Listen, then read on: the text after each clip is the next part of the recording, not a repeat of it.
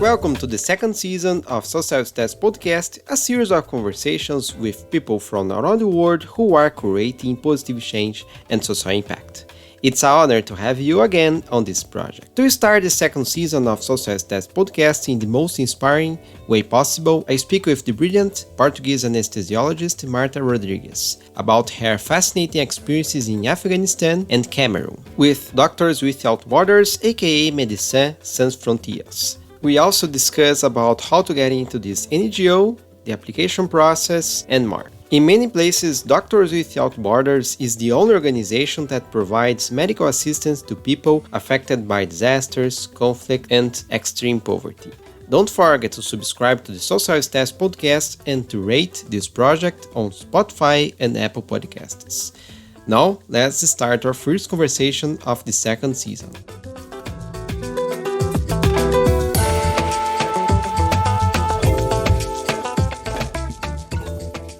Marta, thank you very much for your time and attention for this podcast. It's a pleasure to talk to you, talk about your great experience at the Doctors Without Borders. It's an honor. Thank you very much for your attention. Thank you very much, Luiz. Thank you very much for the invitation. I hope I can respond in a positive way to your nice welcome, and hope to be as enjoyable as you wish, and give some part of my experience back to you and to the people who are listening. And I hope to change some things, and some people come join us, join us in a way. No one. I When people say how can I join, it doesn't necessarily mean you need to be in the field. There's a lot of different ways to be part of our community, and just give a little something to the person next to us. And thank you very much, Luis, for showing our work. Perfect, Marta. So, some questions to begin our conversation, Marta. So, where are you from? What and where did you study? And how did you become interested in working with medicine? As I said, I'm Marta. I'm from Portugal. I'm from a little town up in the north. It's called Viana do Castelo. It's between Porto and Galicia, so it's in a region called Alto Minho. So supposedly we are people singing very cute tones, and we are very famous for the food, very famous for the very cute tones in the musician. And although right now I live in Lisbon, I work and live regularly in Lisbon. I've studied in Porto, in the medicine faculty of University of Porto. So, like my father usually says, like in the future maybe I'll be working in Morocco. I'm going south and south and south. Regarding the question about going to study medicine, well, it could be there was a mix of very practical and emotional decisions at that time, actually. So in Portugal, you go directly from what we call the secondary school. When you are 17, you go directly to university, to a job, to study for a job, particularly not like general like in US or Canada. We just go direct to engineering, to medicine. So at that time I really had very good grades, and traditionally and very conservatively maybe as well, in very small places and even in big places, the status and the financial stability that comes with some kind of jobs really are promoted when you are a student, when you are young. So I come from a very humble family. I'm the first one going to the university, and well, being a doctor in my family was very high achieving for my family and my parents, my grandparents, and there was always, although not a very direct pressure, but there was always this light insinuation of how I should achieve and try to achieve medicine. At that time, also, I was very interested in I was a very I was reading all the time National Geographic magazines, and I was very interested in how the brain was working. Everything, like at the same time, was brain, and stars, like universal, like galaxies. Everything that was unknown to me was very, very interesting. So for me, the brain and the solar system was pretty much the same. And if it was in National Geographic, for me it was very appealing. So if I thought, okay, how can I take these things together? How I maybe very being very practical. I didn't have a lot of choices. I knew in the future I didn't have a lot of choices for like going being a little bohemian and trying to figure out what I really wanted to do. So I really needed to choose something that would be give me a good job, good income, and the chance of being employed right after the course would be very high. So medicine at the same time give me that, and at the same time also I could try to figure. At that time, I had the hope of trying to figure out what was some kind of doing some kind of research, mainly in brain studies and neurological studies. Although my life totally different is different right now, and also I think there was while I was very small, and I think it's very interesting how children memories are very interesting, very plastic, because you don't exactly, at least from my point of view, although some memories are not exactly very clear, you feel like some things really influence your adult decisions. And I'm a 90s child, so the TV series was very, very famous at that time. I don't know if everyone, but everybody was a child or a teenager at that time loved ER was like everybody was big heroes. Their life was amazing, was full of adventures. People were amazing. So everyone wanted to be an ER doctor at that time. So I think all this mix after in the end, that's what made me go to medicine. But I really have to admit the most important decision probably was the possibility of having a job right after university with a good income, and didn't have to really fight for a because well I couldn't go back to my parents' house. It was they didn't have probably the possibilities. So yeah, that was the main decisions, I guess. That's fascinating, Marta, because I also watch National Geographic and I love their documentaries. I can see we had similar habits in our childhoods, and I almost choose history as a major at university. Well, Marta, my second question is about how you discovered Doctors Without Borders. Why did you choose to work with them? That's an interesting question that I thought about it before the actual interview, and I really don't remember the exact moment that I said like I want to go and work with Doctors Without Borders. I don't even remember when did I realize there was an organization called the Doctors Without Borders, and it's I remember being in university and. And I don't remember actually talking about Doctors Without Borders. Um, when I finished university and finally I got some money to travel, and I remember that was a very important point of a turning point. Although I could be very deceiving, trying to say, okay, I went to work for Doctor Without Borders because I really, really wanted to help everybody everywhere. Like one of the main reasons I have to admit is my love for the world, like love for the world, like to travel and different cultures, different environments, different the music. And I remember traveling for the first time out of Europe, and really the broadening of my whole horizon.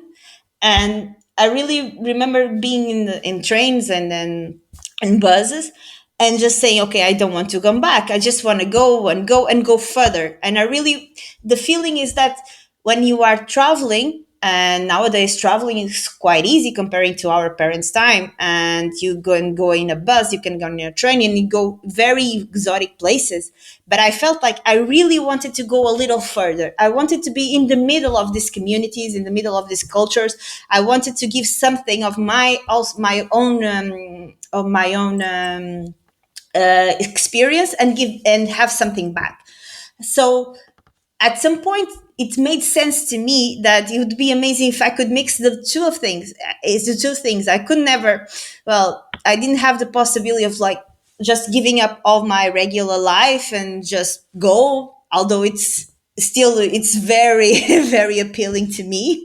and, but it felt that there was one way I could really achieve that, was because health is actually one of the basic human rights you can give to everybody.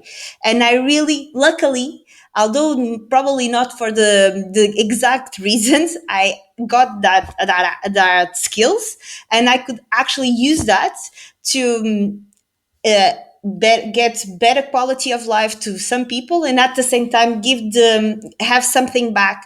So I had like in this my mind there was some image, probably because of movies, because there's also this kind of romanticized idea of Doctors Without Borders. It's There's some movies, there's documentaries regarding I used, like you said, like I used to see when I was a teenager. I used to love seeing all kind of documentaries, history documentaries, science documentaries. I was kind of a very nerdy girl, and everything that was like, and read a lot.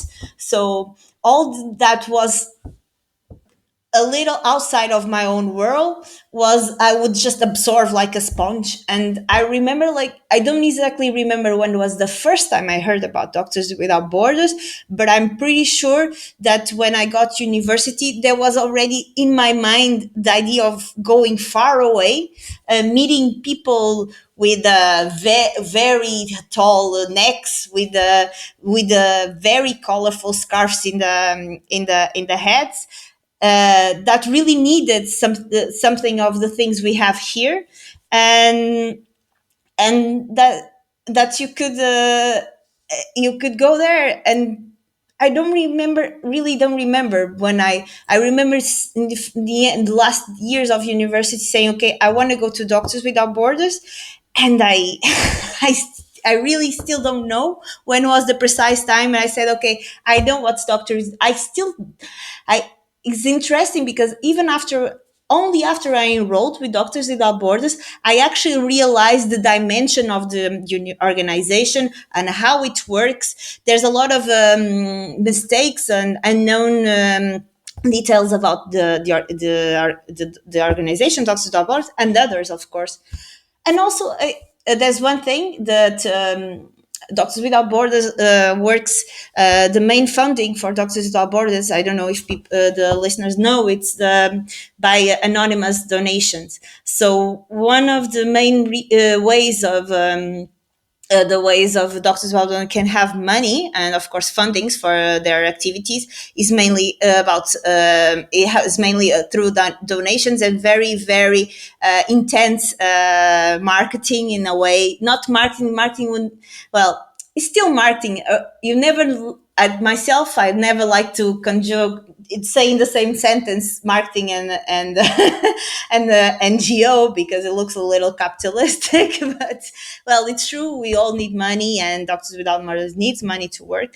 And there's a very intense line of a department from Doctors Without Borders that invests a lot in the fundraising. And I guess this kind of even though it's not very clear, I don't remember, like in my small town there was no presence of Doctors Without Borders.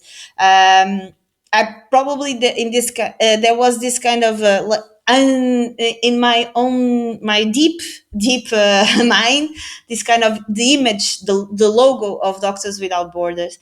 So at some point I just wanted to give something and really just travel and go wherever no one goes, and really dance with people and listen to to high life, and and just get better, gives give something to the others that you really can't, you don't give nowadays here in a developed country. And it's interesting because probably when I the first time I went to, did my first mission with Doctors Without Borders, I just wanted to travel and to get, of course, like I wanted to give something more and provide healthcare and better quality of care to the communities.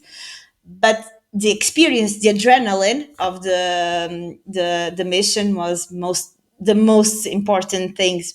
I've discussed this. Is I've worked with a lot of different people in different organizations, and well, no one is truly unselfish, right?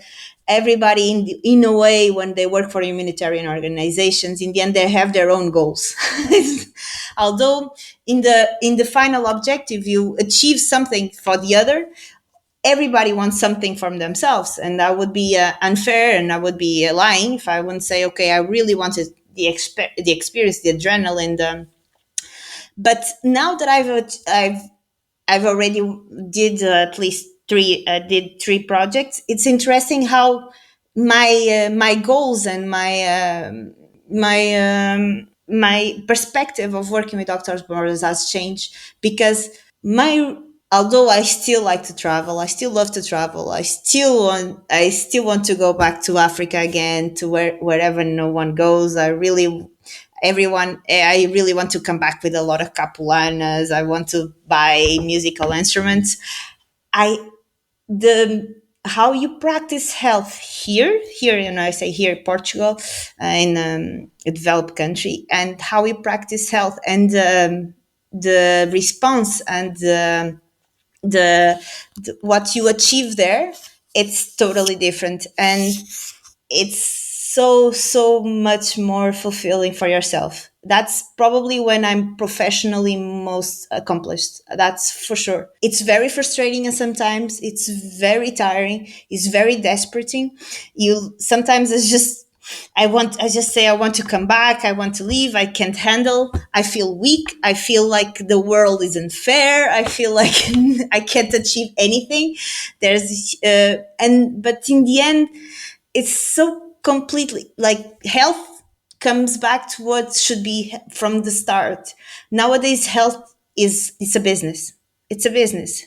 That's what I feel here in my daily life. Although I still work for a public hospital, and I still for sure I can't see myself totally working for a private a private run health system. Although it's not the same, it's just numbers. It's you just feel you are one piece of the wheel. It's like Charlie Chaplin movie. You really are in between the wheels, going up and down, going up and down, and then there's the next day, and then there's next day, and there's four or five patients, and when I go to a project, you really feel you make a difference. It's you, it's Marta, it's not the anesthetist, it's Marta. She's here yesterday, she was here yesterday, she's here today, she's here tomorrow. And although they know, and you yourself as a professional know, you don't have everything you could give to that people, and they won't have everything, the little you can give is already too much. And it's so incredible how you can change. Not you Sometimes you don't need, and you don't change a life, because it's very frustrating at some point, because you really feel like when you come back, or when you discharge a patient in these places, they really don't stand a lot of chances. They will still not die at 80 with their grandchildren, with their cats, they won't. But the little you can give, it's like you give a lot of hope. You never see this here. People here just demand more, and they just demand more, and patients demand more. The administrative and your colleagues are just competing between you. How many have you done? How many grades have you achieved? How many diplomas have you achieved? And health, although in a way it's good we are at that point, it's still, you feel like the humane part has totally lost it. It has been lost. Although in the end, you really we have achieved really have Western medicine has achieved wonderful, wonderful things. The humane part, it's completely lost. It's completely lost. You see, the orthopedic surgeon, he treats feet. The anesthetist is anesthetizing for this procedure. That's how you catalog things. There's and then in these places you are a doctor. You're not even an anesthetist, you are a doctor. You do whatever you can, and then for patient Patrick, it's for Khadija, and you try to give whatever best they can have. And it's totally, it's incredible. It's just incredible. Although it's like you cry a lot sometimes. So it's interesting how you sometimes you realize that you don't know how you started something, and at some point it really makes part of you, and you really just want to continue, and that's already and you hope that it was always with you.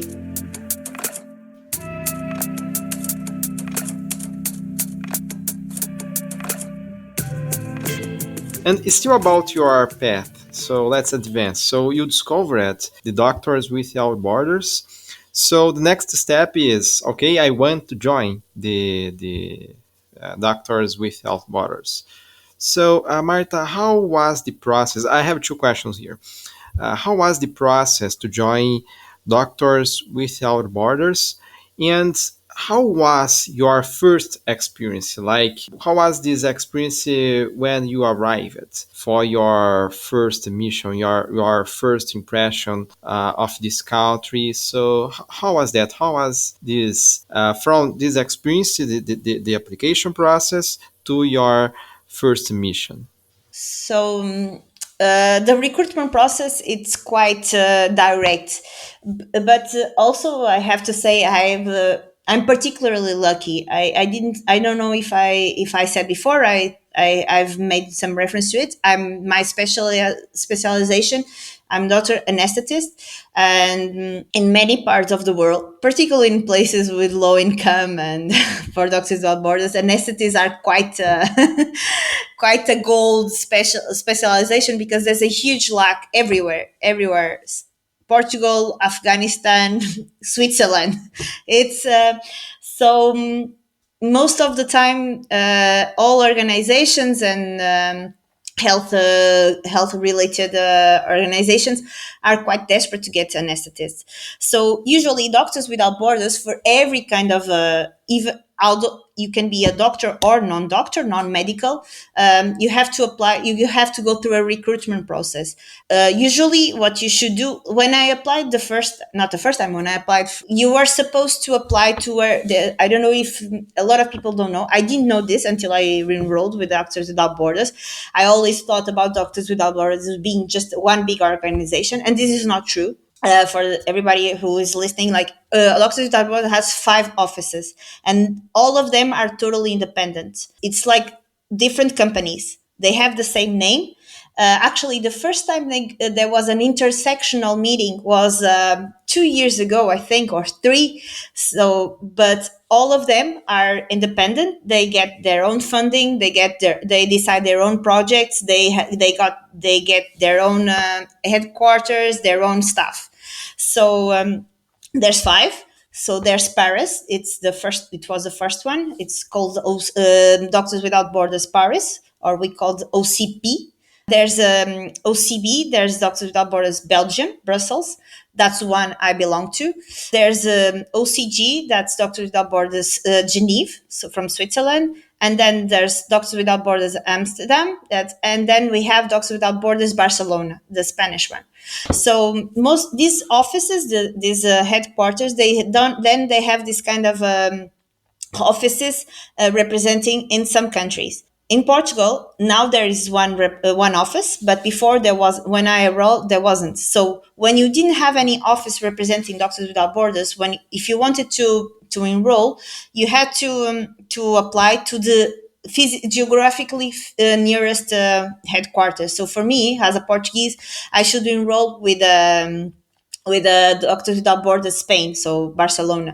So what I did, I in every single one of these Doctors Without Borders have their in online in their online site. They have a recruitment page where you just look for it. Either you are a medical or non-medical, and you just send your CV your a motivation letter, because I was doing my residency at that time in anesthesia, and they split the in the page, you split between non-medical and medical.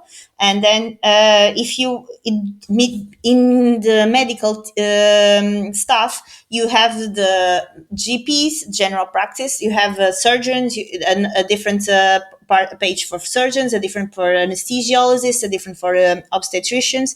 That these are the most looked for specialties. So I submitted my CV and my motivation letter for the Spain headquarters. But at that time, I was still finishing my residency. I was in my fourth year. So here, anesthesia residency is 5 years. But I really wanted to go. I just wanted to go. So I remember I wrote in my motivation letter, like, okay, I know that I'm not a full specialist yet, but some years ago, residency in Portugal was just 4 years. And like in Brazil is only 4 years, and I know that. And I'm working in a very big hospital. I work extra shifts, so please just let me go. It was something like that. I remember writing this. I was just wanted to go. I felt I was feeling all the time that like time was running out. I always feeling time is running out. I just want to go. I want to go more. I want to go more places, do different kind of experiences. So I just submitted, and actually I got an answer back, and they said, okay, we are very very interested in your CV, maybe we can go forward with our recruitment. And I said okay, and I was so happy. It's like I'm going in, I'm getting in. And some months went by and they didn't call me again. There was supposed to be a recruitment call, and they didn't call me. And meanwhile, actually, I was almost finishing my fourth year. In my fifth year of my residency, I had some what we called fellowships, internships, that I was going to Ireland to do an internship. So it would be very difficult to actually to change my internships. And meanwhile, I actually met a friend of a friend that actually had just come back from a project from MSF, and she was a psychologist. And I told her, "Oh, really? You are working with Doctors Without Borders?" I sent my CV. They said they were very interesting, but they didn't call me back. I don't know what happened. Should I send an email? But right now it's not a good time because I'm going to Ireland. And she said, "Well, but who did you try to enroll with?" It's like, Spain, because Barcelona, it's by the rules. And she said, "No way." Not Spain. Don't enroll with Spain. Spain is very chaotic. They want so, and so okay. And he said, "Okay, just go with Brussels. Brussels is the best. Best. They have the nicest projects." I was like, "Okay, but like by the rules," is like just forget about the rules. And so what I did is like I finished my residency. I didn't say anything else because okay, I did already had my internships. I want to. They were all scheduled. It would be very hard to change it. So and then I remember I did here when you finish your residency, you have 1 week of an exam, oral exam. You have to do a written report, like 60 pages about the 5 years of internship, and then you have oral exams for 1 week. It's devastating. It's super tiring. Most of the people just do the exam and they go for holidays for 2 months. They quit. They do something like that, and then the next day, the next week after my exam, I just sent my motivation letter again to some kind of email for MSF Belgium. I just it was more or less written something like that. Hello, hello. I know I'm an anesthetist. I know you are desperate for an anesthetist. I've just finished my residency. I still don't have a contract as a specialist, and if I get one, it will be very hard to actually try to go again to work with MSF. So if I get one mission now, it would be very very good to go now. And I'm very fresh. I'm young. I just want to go, please. More or less like that. And they just called me. They said, okay, we want you. So I went through the whole selection program that includes, you have besides the motivation letter and the CV, you have to go through a kind of a test, a language test. They usually, of course, you have to be proficient, very proficient, although not very proficient, because sometimes they can be a lot more tolerant, especially on the English. And if you have the French, even better. I do speak some French, and that's an asset.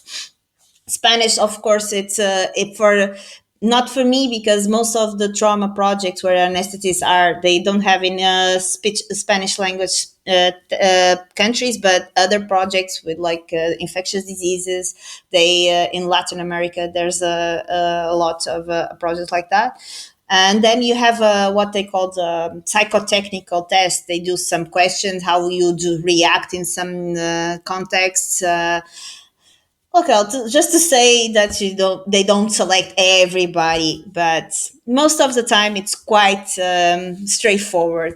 Once you just start the first recruitment, the CV letter, and that's how I enrolled basically. And then 2 weeks, 2 weeks after I finished my whole process, they just said, "Okay, we have two missions proposed to you." And they said, okay, Pakistan or Afghanistan. It's like, okay. Because one thing I didn't say, when I first enrolled, and this is also going back to what I really wanted to do when I actually, the first time I thought about going to Doctors Without Borders, was very connected to my love to travel and new cultures and music. Well, I have an immense love for Africa. I collect vinyls from African music, like High Life, Fela Kuti, from different countries. I love the colors. I love the dances. So when I rolled with MSF, actually was with Africa in my mind. And they just come with Pakistan and Afghanistan. It's like, well, and I was quite afraid, not afraid, but quite I went back with one foot, like we say in Portuguese. It's like, because, well, one thing that I never had thought about by myself is like being in a place where women are actually very disregarded. Women rights are very almost non-existent, and I never thought about myself working there. So when they proposed me Pakistan and Afghanistan, and when I say Pakistan, it's Pakistan in an area very Pashto area, culturally very very close to the Taliban in Afghanistan. So it's the same ideologies mainly. So I was very surprised, and to tell the truth, not really happy. And but I said, okay, well, I can't say no. It's my first proposal. I have to go. And I said yes, and I thought, okay, Afghanistan, I don't know. Like I didn't know much about Pakistan at that time where I was going, and I said Pakistan actually, that I could go, but. Here I was still working in a hospital with my residency contract, and they asked me not to go so early. So I went to Afghanistan a little later. Let's continue your path, Marta. So, okay, I imagine you accepted your mission, and then you took a plane and arrived in Kabul, I imagine. So, how was this first week in Afghanistan? Well, it wasn't exactly like that. Because to go to Afghanistan at that time, because things have changed a little, as most of people know. It was 2018, and to go to Afghanistan, you need Afghan visa. and you needed to go personally. You had to have an invitation letter from the Afghan government. So Doctors Without Borders, because the back of doctors, I don't know if everybody knows, but Doctors Without Borders and Afghanistan have a very long history. It's one of their oldest and projects and missions. They've been around since the late 80s, early 90s, since the Soviet invasion in Afghanistan. They only were out, they were expelled for 2 or 3 years, I think. 2 3 years during the Taliban, the first Taliban government in the 90s, but except from that gap, they have been around for a long time, and there's one of the biggest missions and for Doctors Without Borders. They are present in a lot of different towns, so they already have direct communication at that time with the Afghan government. So you had to go there. You had to have an invitation letter from the Afghan government that was taken care by the administrative part of Doctors Without Borders. And then with that, you had to go through to an embassy of Afghanistan. As you can imagine, Portugal doesn't have an Afghan embassy. Probably will in the future even less probability. So I had to go to Dubai, and for me, like I was for me, everything was already a very big experience. I traveled by myself. Like you get your plane ticket, everything is taken care by Doctors Without Borders. You have Dubai office of Doctors Without Borders. They give you some logistical support. You stay. I stayed in a flat, and I went to the embassy. And the embassy was already very interesting because suddenly you get. Then suddenly, I actually it was very interesting for me because in my mind I had never imagined, like, it was not on the top of my list going to Middle Eastern country, like being with the scarf, the hijab, the long the long clothes. It was very hot for me. It's like, no, this is not my. I just want, like, I want palm trees. I want I want capulanas, and then I put the hijab. We go to the embassy, and there you get inside the embassy, and it's me and one another girl, actually, that she was going to Afghanistan as well with Doctors Without Borders, and all men with the big beards already, with the big clothes, and this was already surprising. And then I remember I get called to go to. I get a small interview in the embassy and say, "Hey, why are you going to Afghan?" It's like, okay, I'm a doctor. I'm working there. Okay. He just looked at me and this was 3 years ago. I was with my jeans under my clothes and very, like, all my very. I look very naive, actually. I remember, like, everything was so. I felt like a kid, like looking all around. It's like, what is this? What am I? Where I'm going? And so I got my visa, and then I went to Afghanistan in a regular civil flight at that time. And it's very interesting because oh, no, in Dubai you didn't have to wear the hijab, but once, if at that time, I now there's not even rules, but you just accept it's even worse. But at that time, once you cross the Afghan airspace, you are inside the flight that just left Dubai or whatever in the world, and you have to cover your hair.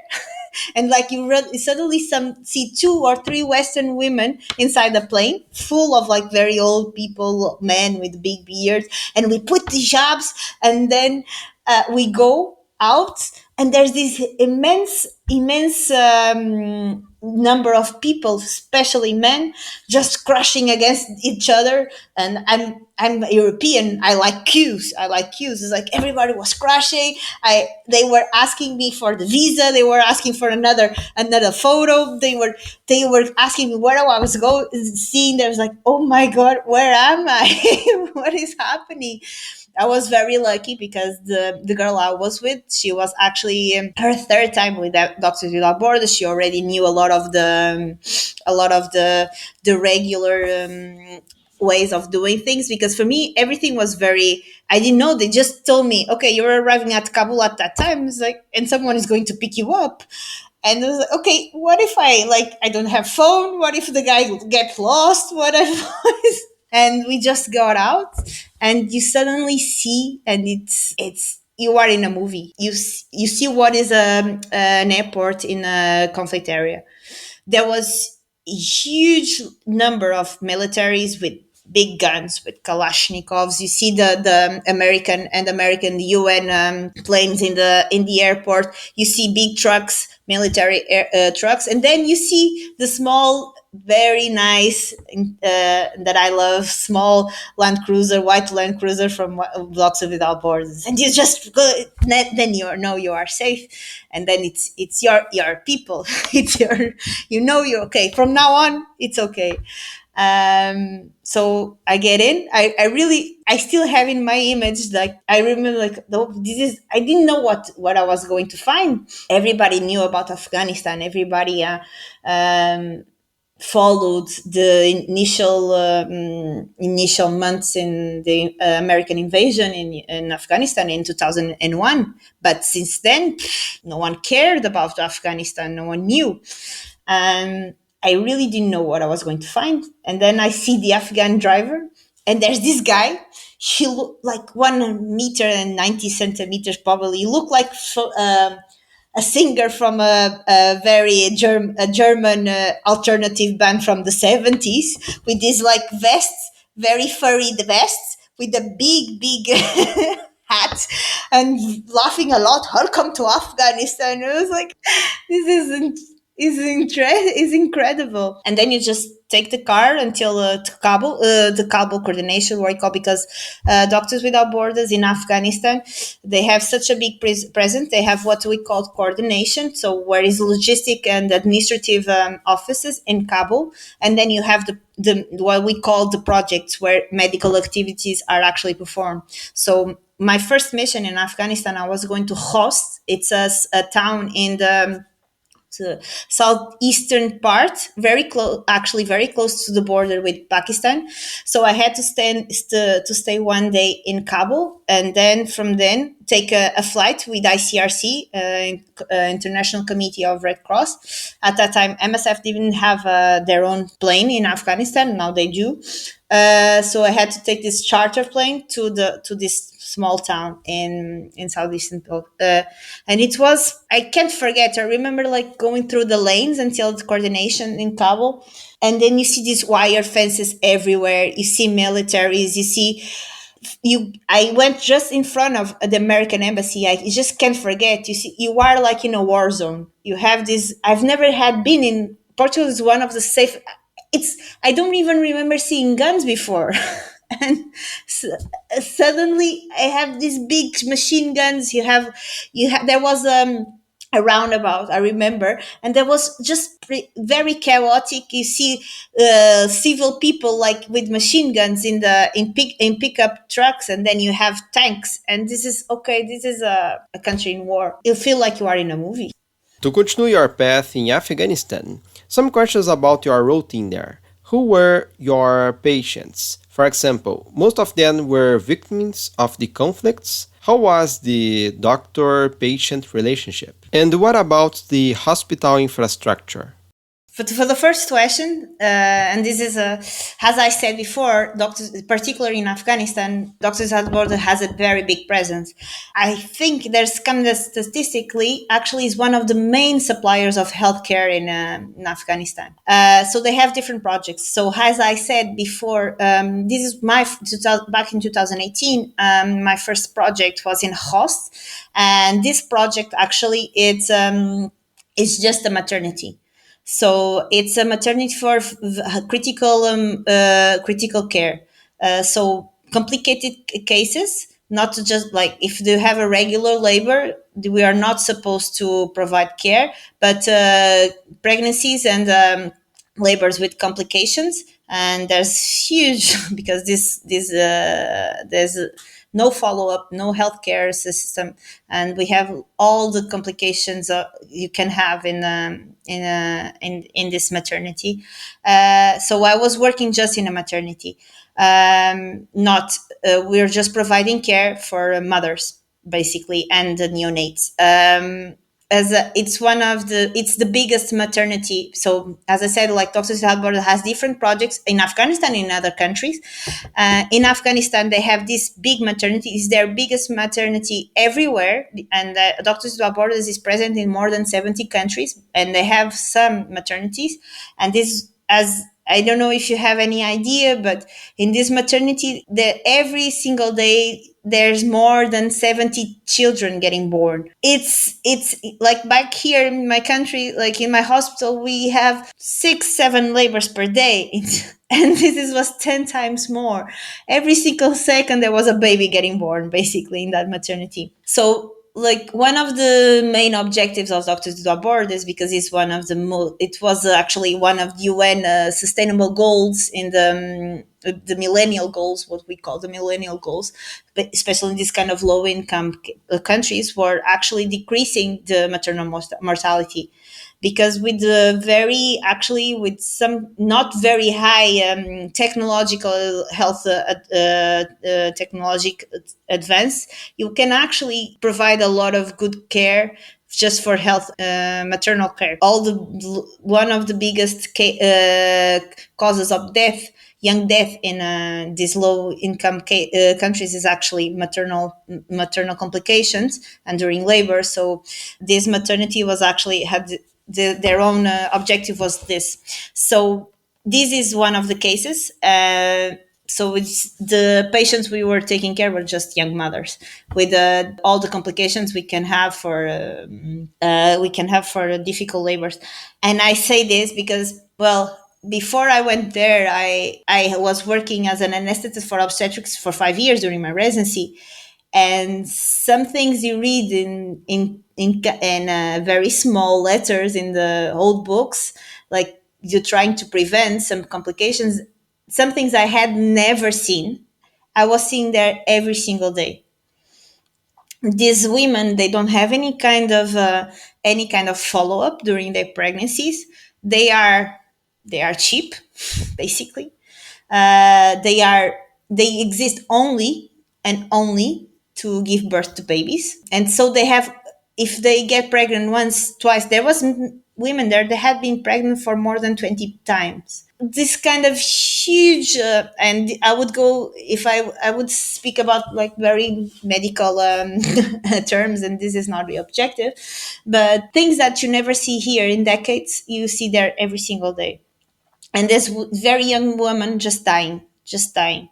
So this was the patients we were taking care in host, the maternity host, in from MSF. Then actually, like the other two projects I work with MSF, one also in Afghanistan, also the other one in Cameroon.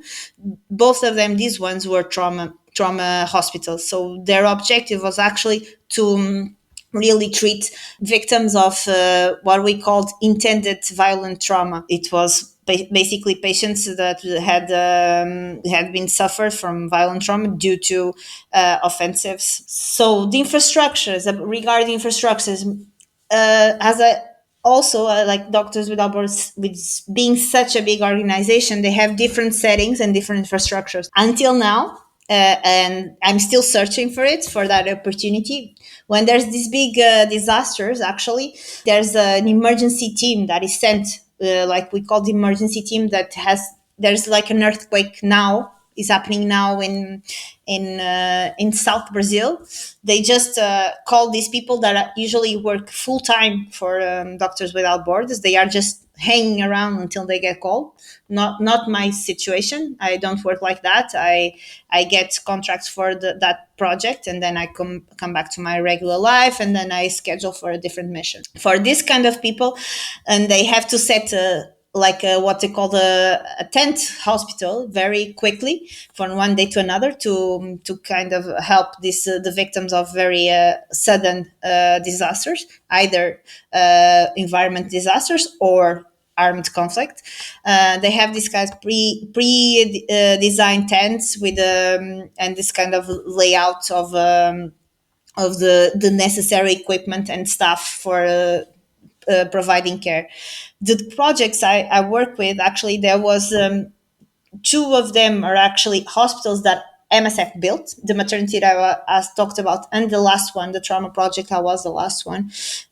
Although, of course, it's not a big hospital like we have here, with the, but most of the what we could call essential equipment, like electricity, like running water, it's thought about it. It's done before actually medical activities are performed.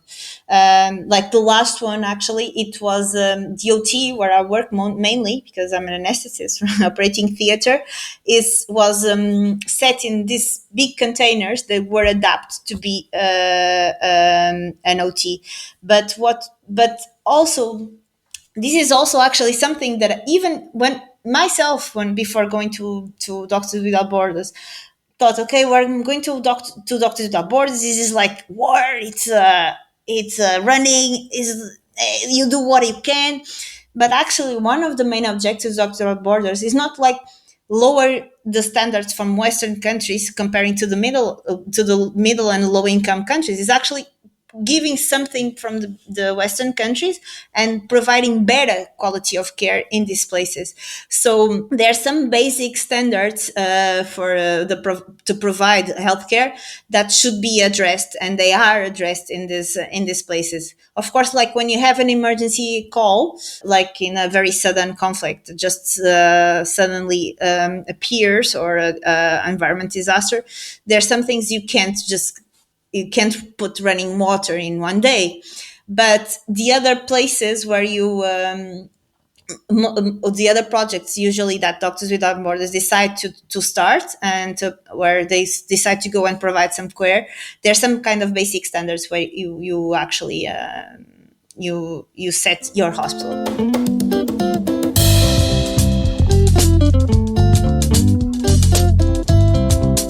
Marta, you mentioned that you went to Africa, Cameroon. So, may you describe a little bit about the difference between working in Afghanistan and Cameroon?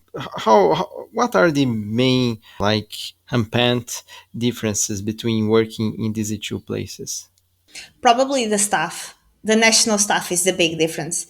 It's I don't have any. It was the reason why I wanted to go, and is the reason why I really want to come back. There's no people like working with the national staff from Africa. It's just amazing. They are just happy all the time. I remember the first time I went to the OT, and because I don't know, like me myself, usually, and I can explain, like as an anesthetist, what we do is, like, I'm the expat anesthetist, and then I have the my anesthesia team that is mostly national staff. They are hired in the country most of the staff of Doctors Without Borders are actually hired on the place, are national staff. The people like me that travel around are just a very small percentage of the staff that works with Doctors Without Borders. So my team there in Cameroon, the first day I got there, they said, "Okay, Marta, thank you for coming, and they just stopped, and they start singing, welcome me to the OT, and this I it was incredible, and they were singing, they were dancing, and the love of life. It was in Afghanistan. Of course, Afghanistan is a very particular country. It's a disaster. Afghanistan is just a disaster. I never know if I want to. I've been there twice, and if someone asks me if I want to come back, I never know, because I had very surprising experience in Afghanistan. People are just humble. They are incredibly humble, incredibly helpful.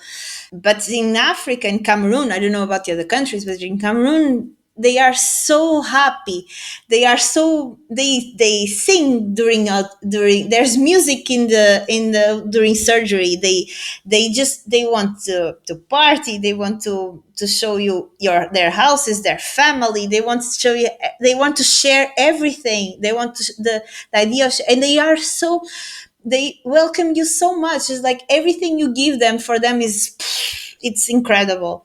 And it's just like, it's happiness. Like for me, Cameroon was happiness. Everything, although we were in a very bad conflict area, actually, and that was very sad. And also, this is also, that's why it's very hard to compare to Afghanistan, because it was a very new conflict. I was there in 2020. The conflict had just started in 2017. For that, people was very new, the idea of being in a war, being unsafe. In Afghanistan, they have been in a war for 40, 50 years. It's their life, it's their routine. Although there's still hope, they just, if there's a new explosion, they just already don't care. But in Cameroon, no, every time we had like a patient would die with us, and they would do all the traditional rituals. They would really be incredibly sad for that person, for that one person. And it's I don't know. Maybe I was already a little biased also before going there. But Africa, it's the colors. I remember like forever, like trying the idea of like the orange tone of the sand, of the earth, of and it's exactly like that. It's exactly like that. It's incredible. I remember we were set in a place in between mountains, and when I would wake up, there was the sunrise with the mountains in the front. It was this kind of orangey, very cinematographic landscape, and on sunset again, and it was wow, wow. This is just how. What can you have ask for more? On weekends, there was music there was gunshots, but there was music at the same time. I was always saying to my boss, I just want to go, just let me go, I don't care.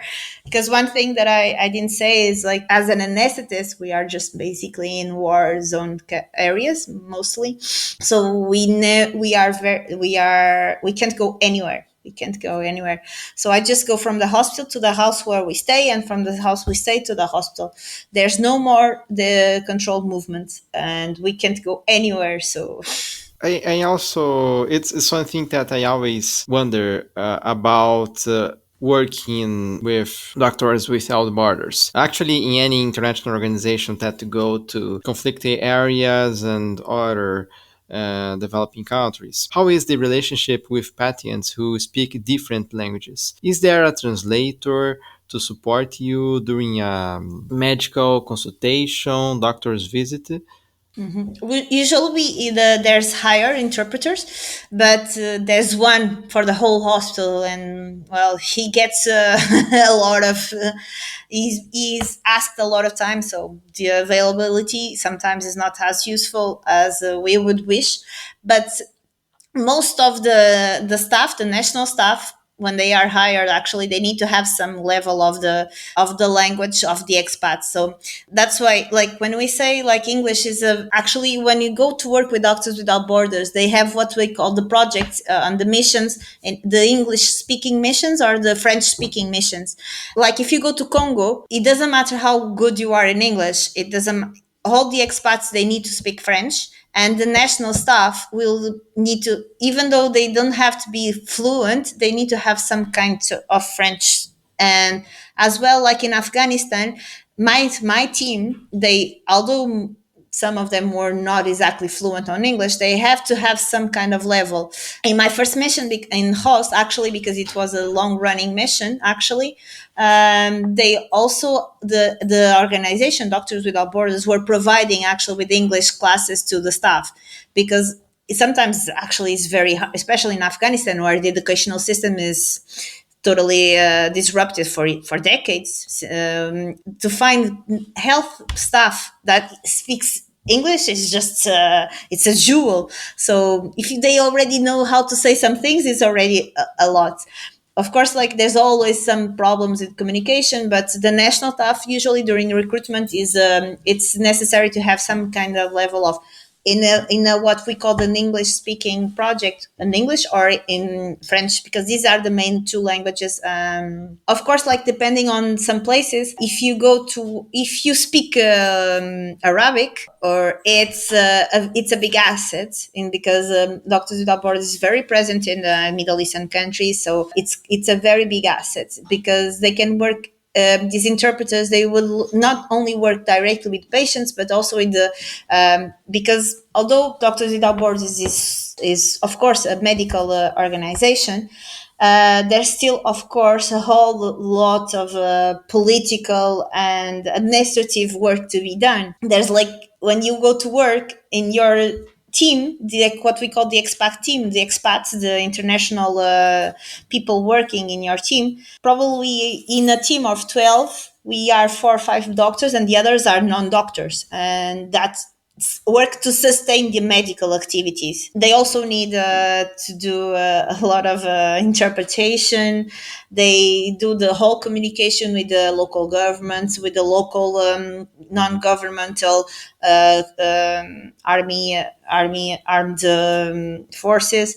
So well, interpreters are always needed and are always hired, but the availability is not 100%. And especially the medical teams, the medical national staff, we need to, there's, it's promoted to have at least some level of English speaking in Afghanistan. Or if you go to Congo or to Royal RCA, you have to do this French. Well, I think it's the probably the hardest question that, or at least the most complex one that I will ask you, Marta. So, may you describe a remarkable Doctors Without Borders experience? Oh, that's one is easy and it's very recent actually. Yes, It's actually, I mentioned that maybe it would be the hardest question because I imagine there are many experiences. Oh, they are, but in a way, I don't know if I was. I would say I was mostly unlucky, but in other way, I was lucky because there's a lot of experience. But there's one that probably it would be very hard to overcome. I don't know if you know. I think you know. I've just come back from Afghanistan again. I was in Kunduz. It's a town in the north part of the country. Nowadays is ruled by the Taliban, as everywhere, like the Islamic State of Afghanistan. And while I was there, I had arrived, I think, 2 weeks before, there was a suicide attack to a mosque very nearby where I was. So I was in a hospital, a trauma hospital that had been built by MSF, had just opened. We were prepared to receive at that time 25 patients. We had beds for 25 patients, and with that suicide attack, we got 97 all at the same time. So it was it's like the most remarkable at the same time. I even have like amnesia for some parts of my days at that time because I was working nonstop. I didn't know what I was doing at some point. I have I don't remember the whole day, the first day I don't remember, but I remember for one whole week, I never said at the point, okay, my work is finished, because there was just patience and patience and patience and patience. We were in the. It was on a Friday, and Fridays are the most religious day in Afghanistan, most of the Islamic countries, and it was what we called weekend. And on weekends, we were not allowed by security reasons to go to the hospital, even for emergencies. So we would stay in the expat compound. And our line manager just sent us a message and said, okay, medical team, just be prepared because there was an attack to a mosque nearby. And we just got ready. We went to the hospital. I remember, well, there's an emergency triage area, and immediately after there's the containers where was the OT, and I got directly to the emergency. I called my team and said, okay, we need people. I went to the emergency and I opened the door, and there was just a sea of people. There was blood everywhere. There was people crying and screaming. We didn't have beds to put patients. Patients were in the floor. There was cars coming in, people taking people from inside the cars. And I just run with one patient. I remember running with one patient in the trolley to the OT. I started one surgery and the other, and I didn't leave the OT. It was 1 p.m. and I went out. The OT is a container with no windows, and I only left next day at noon, and I had to come back 2 hours later to come to do it again.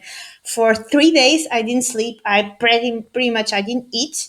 There was just one after another, and then you have to redo surgery, because when you have this kind of big attacks with a lot of casualties, you can't actually give the best quality of care. You do what we call damage control surgery. We just do surgeries that make impossible the patients to die immediately, but 2 days after, they need to go again to the OT and do the full surgery to actually resolve the problem. And we had these patients, they had multiple very severe injuries that I had never had to deal with. I had patients with most of 50-60% of burnt area for the explosion. At the same time as they had bowel injuries for the debris, we had fractures everywhere. We had if you have any idea to treat a burn patient in a developed country, we have these ICUs especially designed just for burn patients, because burn patients are very demanding.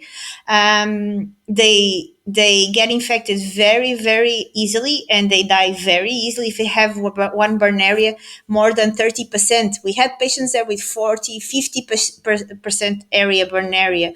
And with, like, in a small infirmary, we there was need to everybody was working, trying to get some new trolleys, some new beds, trying to redo a whole hospital in 1 2 days, 3 days. There was I didn't like I remember 5 days after that, I finally said, okay, I can't go now. Today, I'm not going to the hospital. I need to really stop. I need to rest. I looked myself at the mirror for the first time, and I really almost didn't recognize myself. I was white. I lost 4 kgs, something like that, in 1 week. I couldn't eat at some point because and there was always this intense feeling that I was overwhelmed. You would, if you would look under a bed, there would be a patient. And you couldn't. I didn't know at some point what I was doing. Actually, if I was doing the best I could, I was doing the best, but I could, but I wasn't doing the best you could provide to the patients, because this was just a sea of people. It was, and we lost patients, of course. It was and you are tired, you get frustrated, you get disappointed with yourself. At some point I really thought, maybe I don't have the enough baggage to do this. Maybe I'm weak, maybe I can't handle this. I At some point I remember this, and this is true. After 5 or 6 days, 1 week, I decided, okay, I need to get a rest. I need to have time for myself. I need, like, to go to my room and just watch the most stupid movie I can. And I have to totally disconnect, although you never, because that's a problem, because when I'm there in these missions, I'm the only anesthetist. And here, like, if you have a very critical care case, and it's not 90, the next day you'll leave your shift. You'd have the phone, what we call the emergency phone. You'd leave to your colleague and say, now it's your problem. Now you go back and you just empty your mind. But there, you're never disconnected, because the responsibility is always on you, and you can't just you just don't pass it.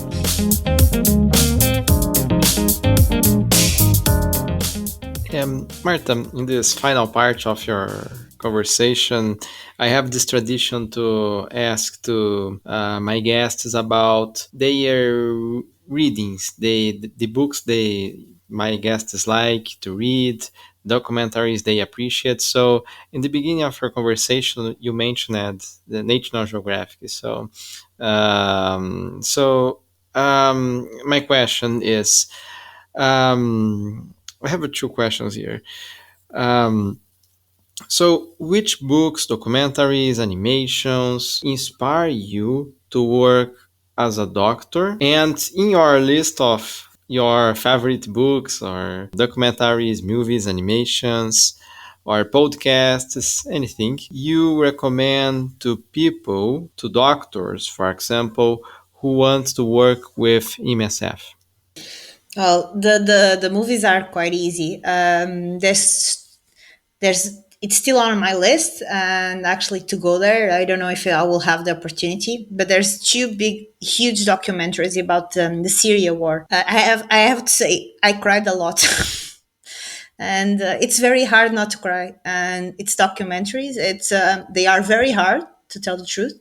One is a National Geographic, actually. I don't remember the name, but I if you check like documentary Syria, National Geographic, I'm pretty sure you'll find it. And there's another one actually from also from regarding Syria war, is called For Sama. It's a woman that that was a journalist, and her husband is a doctor in a bunker hospital in Syria, and she's talking to her daughter why they stayed in Syria during the war, and how you what they did, and it's so heartbreaking. And I try to remember. It's incredible. I cried so much, and you can't imagine these people. They see this. I am remembering, and I'm almost crying. It's You can't imagine these things happening still nowadays. You just can't, and it's happening. And I know I've worked with colleagues who have been in Syria, and they say it's devastating. So these two, it's if you don't get touched, you don't have a heart. It's just like, and this is for some, and for some, I remember, I saw it in the movies in the theater, and I remember there was such a big silence in the crowd, like it felt like everybody was really controlling, like no one was moving. There was not even a sense of movement. You could hear if someone dropped anything, because everybody was frozen. And this is a documentary. It's made by Syrian people that had been there. So there's this one. I really don't remember the other one, but it's National Geographic. I think it was also nominated actually for an Oscar. It's not for some. It's the other one. It was, I think it was filmed 2 years before. So if you look for it, you will for sure find it. There's also, because, well, my experience as I think you realized, like my biggest missions were in Afghanistan. Very recently, there was a TV series regarding the story of Afghanistan, how they come to be, how they are. And probably, I think it was a TV series made by an African and a French network, through from since the 70s until the nowadays times. And it goes through the whole conflict with the Soviets, through to the American, till the American invasion, and already predicting the Taliban. Not until the Taliban take over, but the first negotiations between the American government and the Taliban. So I think it's because I feel like there's such a huge lack of information. It's important. I liked, well, I mostly see international news. I don't even already know about what's happening inside my country. Sometimes in one way or another, I don't know what's best, but of course I still like to know what's happening. But I think it's important because there's such a huge this knowledge about what's really happened in Afghanistan. Another movie it's a fictional movie, but it's based on it's fiction, but it's based on a book that is still fiction, but it's inspired by what really happens. It's regarding a very thing that it's also very traumatic. People need to think twice before seeing it, regarding soldier children. That's still a huge wound in most of African countries in war, or that have been in war. No one knows exactly what to do with them. It's very heartbreaking, and I saw those in Cameroon. You see teenagers 14, 16, that they don't have hope. Their only way, their only future is to be with their group, with their gang, with a Kalashnikov, and until they die one day. It's called the movie is called. I don't exactly remember. It's a Netflix movie with Idris Elba. I think if you look for like children, soldiers' children, it will appear for sure with Idris Elba. It's a very, it's hardcore. it's it's kind of it's still happening in Africa, and people that sometimes don't even know these things are still happening. And books, well, I don't know. There's so many books. I don't remember actually reading a book that would inspire me in my life as a doctor or as a doctor without borders. I do, although I love, there's books that I love that in a way are connected to travel and to communities, and how we tend to forget the others, and how bad things we have done until now. When we say we, as we say Western countries, we say economical power. There's actually one book that I'm reading now. It's amazing. It's called. It's from a Polish journalist. I can't repeat his name. Uh, in Portuguese, the name of the book, because I'm reading it in Portuguese. It's called Ébano. I'm not sure. I know I saw it the name in English, but I don't remember. But if you look for a Polish journalist, Ébano, it's very easy. It's about it's a reporter that was in Africa since the 60s until the 90s. So we kind of saw all the decolonization happening all over the continent, about the different coup d'etat that happened in different countries, the Rwanda genocide. It goes through all the big historical marks of the story of the continent, how the white people and the Western countries destroyed our continent, and it's very very interesting. It's not fictional because it's, of course, it's elaborated, but it's not fictional because it's his memories. He was there for a long for decades, for decades.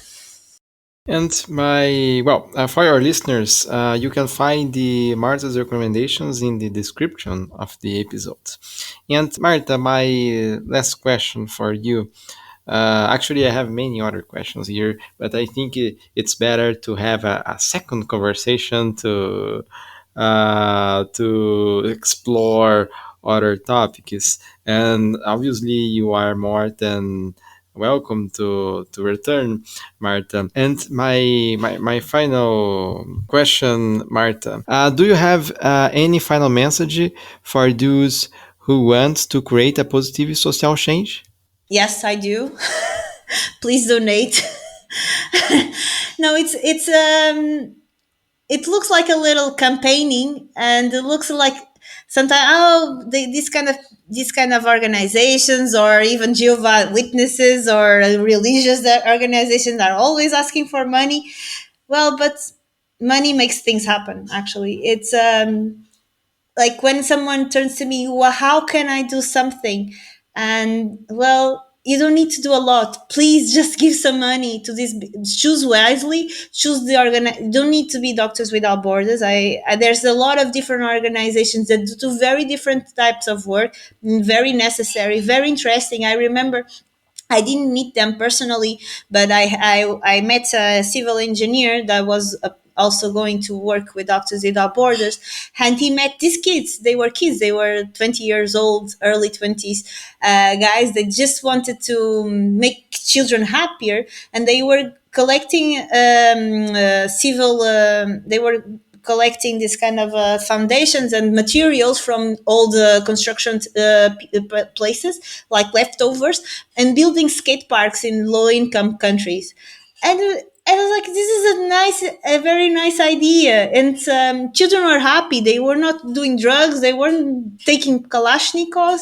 They were skating, and they were putting children happy. And if you don't need, of course, like if you give time, it's incredible if you give time, a little of your time to, you don't, there's I don't know, like in Brazil, but in Portugal, in our own neighbors, this small one thing that I thought it was amazing during COVID, there was these neighbors leaving food and leaving small gestures for older people. It doesn't take more than your time. If you go into the supermarket already, why not just do it? And there's also this kind of a very in your local neighborhood, there's always this kind of initiatives. Now I would say, like, if you don't want to go far, I don't know about in Brazil, but in Europe, in Portugal, there's a lot of organizations that are working to provide a little more about more care with this the new refugees, the new migrants.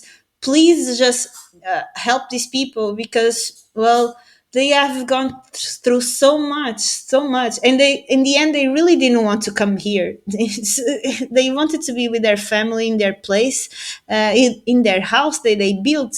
So if you can just teach some classes, if you like, you don't need to go every single day, you don't need to go for months like I do, but if you give one morning for like, it's already enough. It's already, if we billions of people are here in the world can do something, we will achieve so much.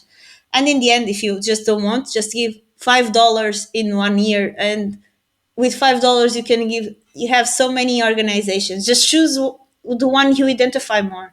Thank you very much for your time, Marta. I feel honored to listening to your exciting experiences with Doctors Without Borders. I really hope your conversation will inspire more and more people to work for this great organization. And I also want to congratulate you and your fascinating career. Thank you very much. Thank you. Sorry if I spoke too much. Sometimes I get excited. I improvise, as I said. If you don't stop me, and I really like what I'm talking. Actually, I'm very proud. Actually, that I was lucky enough to do the choices to actually achieve this.